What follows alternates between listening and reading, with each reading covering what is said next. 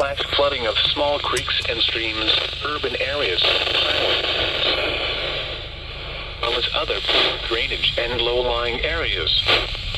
Some locations that will experience flash flooding include downtown Houston, 2nd Ward, Greater 5th Ward, Greater Eastwood, Greater 3rd Ward, Midtown Houston, 4th Ward, Northside Houston, McGregor, North, or Montrose, Southeastern Greater Park, University Place, Afton Oaks, or River Oaks area, Cashmere Gardens, Museum Park, Denver Harbor, or Port Houston, Lawndale, or Wayside, Magnolia Park, and Terman Park.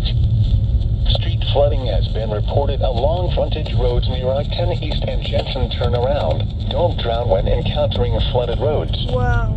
Most flood deaths occur in vehicles.